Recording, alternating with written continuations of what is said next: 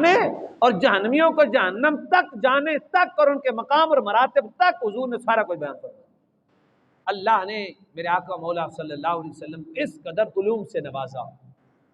اللہ کریم نے، اس لیے حضور کے علم پہ بحث کرنا اچھا نہیں ہے، امتی بحث کرے۔ ہمارا علم اس کمال کا نہیں ہے، ہمارا علم اس طاقت کا نہیں ہے۔ ہاں رہی یہ بات کہ حضور کا علم کتنا ہے اللہ کی بارگاہ میں، اعلیٰ حضرت عظیم البرکت فرماتے ہیں کہ اگر ایک سوئی سمندر میں لے جائیں اور اس کا سامنے والا باریک حصہ وہاں لگائیں اور لگا کر پھر ایسے کر کے نکالیں، اور پھر وہ جو قطرہ گرے اس قطرے کے کروڑ حصے کریں، اور فرمایا وہ جو کروڑ حصے میں سے آخر میں جو حصہ بچے گا اس کی جو نسبت پانی سے ہے، مصطفیٰ کے علم کی نسبت رب کے برابر وہ بھی نہیں ہے۔ یعنی اللہ نے مصطفیٰ کو علم دیا ہے، اللہ کے تقابل میں حضور کے علم کو نہیں لانا۔ اور باقی رہی یہ مخلوق، جتنے نبی آئے، جتنے رسول آئے، قیامت تک جتنے آئیں گے، پھر یہی مثال ہمارے صوفیاء اور علماء دیتے ہیں کہ جتنے نبیوں اور رسولوں کو علم ملا، جیسے رسول اللہ صلی اللہ علیہ وسلم ایک سمندر ہے علم، اور ایک قطرہ سمندر کا جیسے کسی کو ملتا ہے، اسی طرح ہے نبی کریم صلی اللہ علیہ وسلم کی۔ میں یہاں ایک بہت بڑی آپ کو بات سنا، اتقان میں لکھا ہوا ہے اور تفسیر میں قرآن کے مفسرین نے اس واقعے کو نقل کیا ہے، مشہور و معروف ہے۔ وہب بن منبہ فرماتے ہیں، آپ فرماتے ہیں کہ نبی کریم صلی اللہ علیہ وسلم، اللہ نے جب عقل بنائی نا، عقل تو اللہ نے عقل کو تقسیم کیا، عقل کو تقسیم کیا تو اللہ نے عقل اتنا بنائی جتنی روئے زمین پر ریت ہے، تمام کو عقل دی، تقسیم کی۔ فرمایا کتنا عقل دی؟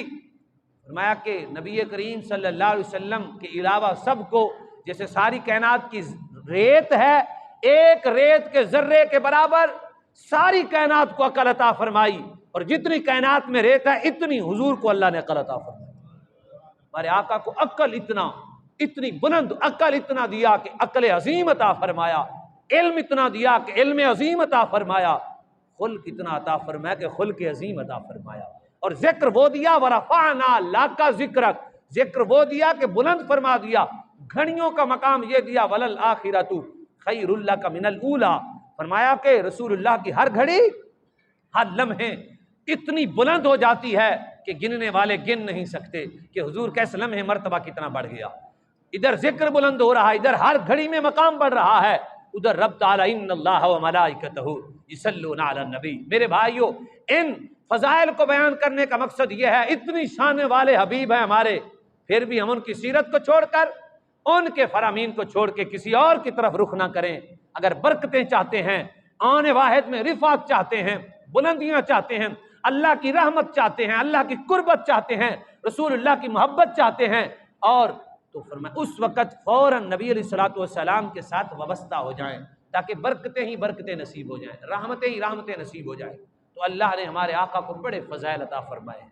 بڑے مقام عطا فرمائے ہیں، لیکن رضا نے ختم سخن اس پہ کر دیا، خالق کا بندہ خلق کا آقا کہوں تجھے، کہ نبی علیہ الصلوۃ والسلام کے لیے بڑے آئے، قلمیں اٹھائیں، حسن و جمال لکھا، باتیں لکھی، حضور کی سیرت لکھی، حضور کا علم لکھا، فضائل لکھے، خصائل لکھے، شمائل لکھے، مناقب لکھے نبی علیہ الصلوۃ والسلام کے، لیکن آخر میں کہنے پہ مجبور ہو گئے کہ قلم قاصر ہے، علم اتنا نہیں ہے، اور ادراک کا وہ بلند مرتبہ نہیں ہے کہ رسول اکرم صلی اللہ علیہ وآلہ وسلم کا احاطہ کیا جا سکے۔ ایسے عظیم رسول اللہ نے ہمیں عطا فرمائے، اتنی عظمتوں اور شانوں والے حبیب ہمیں عطا فرمائے۔ تزکیہ کا جو عالم ہے، نبی کریم صلی اللہ علیہ وسلم نے جو تزکیہ فرمایا ہے، یعنی کتاب و حکمت، قرآن کی تلاوت جو کی ہے، وہ تو رسول اللہ کی شان نرالی ہے، کریم آقا و مولا صلی اللہ علیہ وسلم کی، کہ رسول اللہ صلی اللہ علیہ وسلم نے ہمیشہ ساری زندگی اور تمام محافل میں قرآن مجید کی تلاوت کو ترجیح دی ہے میرے آقا و مولا صلی اللہ علیہ وسلم نے۔ میرے بھائیو، یہ بہت بڑی عظیم بات ہے، بڑی سمجھنے والی بات ہے کہ ہمارے ہاں جو ہے وہ تلاوت کو ترجیح نہیں دی جاتی۔ ضروری ہے، دیکھیں ہم نعت سے منکر نہیں ہے، استغفر اللہ، حضور کی ثناخوانی ہے، لیکن یہ ضرور ہے کہ اس زمانے میں جو شعراء ہیں اور جو نعت خوان حضرات ہیں، بس وہ صرف اور صرف امت کو ایک ایسے کام کی طرف لگا رہے ہیں، اس ایسے کام کی طرف کہ وہ بس یہ سمجھاتے ہیں کہ تسی کچھ بھی نہیں کرنا، سارا کوئی رسول اللہ نے کرنا ہے، اور یہ حضور کی شریعت سے دوری کا طریقہ کار ہے۔ اور پھر اللہ معاف کرے ایسے لباس ایسے سج کے ہیں، ناچ آج کل بیوٹی پارلر سے ہو کے جاتے ہیں، ناچنے جا رہے ہیں، وہاں ناچنا ہے، ایسے کپڑے، ایسی پگڑیاں، ایسے لباس۔ اس نبی کا کلمہ تم پڑھتے ہو جس نبی نے زمین پر نیند فرمائی ہے، اس نبی کا کلمہ پڑھتے ہو جس نے نرم بسترے کو پسند نہیں فرمایا۔ اچھے کپڑے پہنے، رکاوٹ نہیں ہے، حضور نے زینت کو پسند کیا ہے، زینت حرام نہیں، زینت مردوں والی ہو، زینت مردوں والے ہو۔ ارے لباس تو اوپر خوبصورت ہو گیا، ٹوپی پہ بڑی چمک دھمک ہے، نیچے کپڑے کے اوپر بڑی چمک دھمک ہے۔ اے میرے نبی کے نعت خوانوں بتاؤ، والضحیٰ واللیل اذا سجا بار بار پڑھتے ہو کہ اللہ نے چہرے کی قسم اٹھائی، تو تم تو نعت خواں ہو۔ یہ سوچو کہ مصطفیٰ کے چہرے پر داڑھی نہیں تھی، تم تو ممبر پہ کھڑے ہوتے ہو، عامی لوگ تو اور مسئلہ ہے، وہ عوام الناس ہے، آپ تو رہنما ہو، ممبر رسول ہے، اس پہ کھڑے ہونا ہے، یہاں سے ہدایات جانی ہے۔ اور اس وقت نعت خواں تو سبحان اللہ قوال تے ویسے ہی نہ ہو، فری نے ہو تو کسی کو پوچھ بھی نہیں سکتے نا، وہ خدا کو رسول اللہ کو خدا سے جوڑ دے، ولیوں کو اٹھا کے کچھ اور بنا دے، منہ سے جو چاہے نکال دے، وہ قوال ہے، وہ بڑا مقبول ہے۔ اس لیے میرے بھائیو، یہ میرے آقا کا ممبر ہے، ہم نے جس پاک رسول نے ہمیں پاک دین دیا ہے اس دین کا خیال ہم نے رکھنا ہے۔ حضور کے فضائل اللہ نے مناقب جو بیان کیے کس لیے بیان کیے، ذرا تزکیہ سنیں صحابہ کیسے ہوا کرتے تھے۔ یہ میں نے کل بھی حدیث پاک درس میں سنائی، لیکن آج جمعۃ المبارک ہے، کافی دوست نہیں ہوتے، جمعہ پہ تشریف لاتے ہیں، تو میں حدیث ضروری سمجھتا ہوں کہ اللہ نے فرمایا دعا مانگی ابراہیم علیہ السلام نے، تعلیم قرآن، تعلیم کتاب و حکمت کا علم سکھائیں، قرآن کی تلاوت کریں، وَيُزَكِّهِمْ انہیں پاک کریں۔ حضور نے جنہیں پاک کیا نا، صبح کے وقت حضور صلی اللہ علیہ وسلم مر برسول اللہ صلی اللہ علیہ وسلم، حضور گزر رہے تھے، حضرت حارث بن جو ہے وہ حارث بن مالک، ان کے پاس سے حضور صلی اللہ علیہ وسلم گزر رہے تھے۔ حضور نے فرمایا کیف اصبحت یا حارث، فرمایا حارث بتا آج تو نے صبح کیسے کی ہے، آج تیری صبح کیسے ہو؟ اس نے کہا اصبحت مؤمنا حقا، اس نے کہا یا رسول اللہ آج میں نے حقیقت ایمان کو پا لیا ہے، میں نے صبح کی ہے اور سچا ایماندار تھا، میں رب کی ہر بات کو ماننے والا تھا۔ حضور نے فرمایا انظر ما تقول، حضور نے فرمایا جو کچھ کہہ رہے ہو نا اس پہ سوچو، ذرا غور کرو، کیا کہہ رہے ہو؟ حقیقت ایمان ایسی بات ہے؟ حضور نے فرمایا فإن لكل شيء حقیقتا فما حقیقت ایمانک، ہر چیز کی حقیقت، ہر چیز کی ایک حقیقت ہوتی ہے، تیرے ایمان کی حقیقت کیا ہے حارث بتا، تیرے ایمان کی حقیقت کیا ہے؟ اللہ اکبر۔ آگے سے صحابی نے کہا ازفت نفسی عن الدنیا واسہرت لذلک لیلی وازمعت نہاری وکان انظر الی عرش ربی بارزا، فرمایا الی اہل الجنت یتزاورون فیہا وکانی انظر الی اہل النار یتضاغون فیہا، قال یا حارث ازفت فلزم، ازفت فلزم، ازفت فلزم، عرفت فلزم۔ میرے آقا مولا صلی اللہ علیہ وآلہ وسلم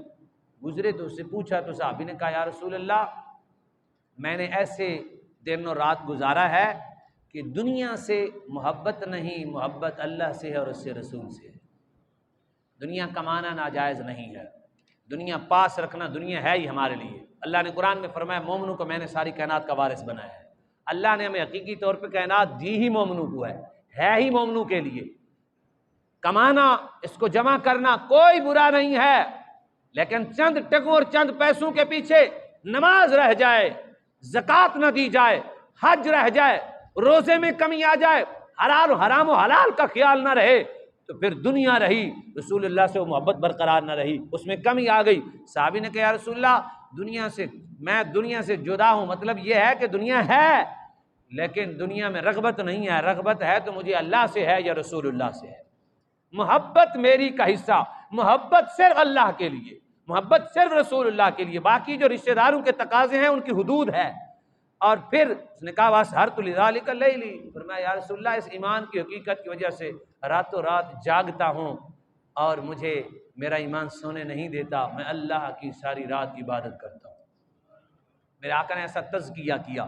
وازمعت نہاری، فرمایا جب دن ہو جاتا ہے تو پھر میں دن کو پیاسا رہتا ہوں، طلب میں رہتا ہوں، کبھی آقا کو دیکھتا ہوں، کبھی مصطفیٰ کا فرمان سنتا ہوں، پیاسا رہتا ہوں کہ کچھ مجھے مل جائے، کچھ مجھے مل جائے۔ جن میں تڑپ تڑپ طلب رہتی ہے میری، اور میں اس پیاس میں دن گزارتا ہوں۔ اور حضور نے فرمایا اچھا اور؟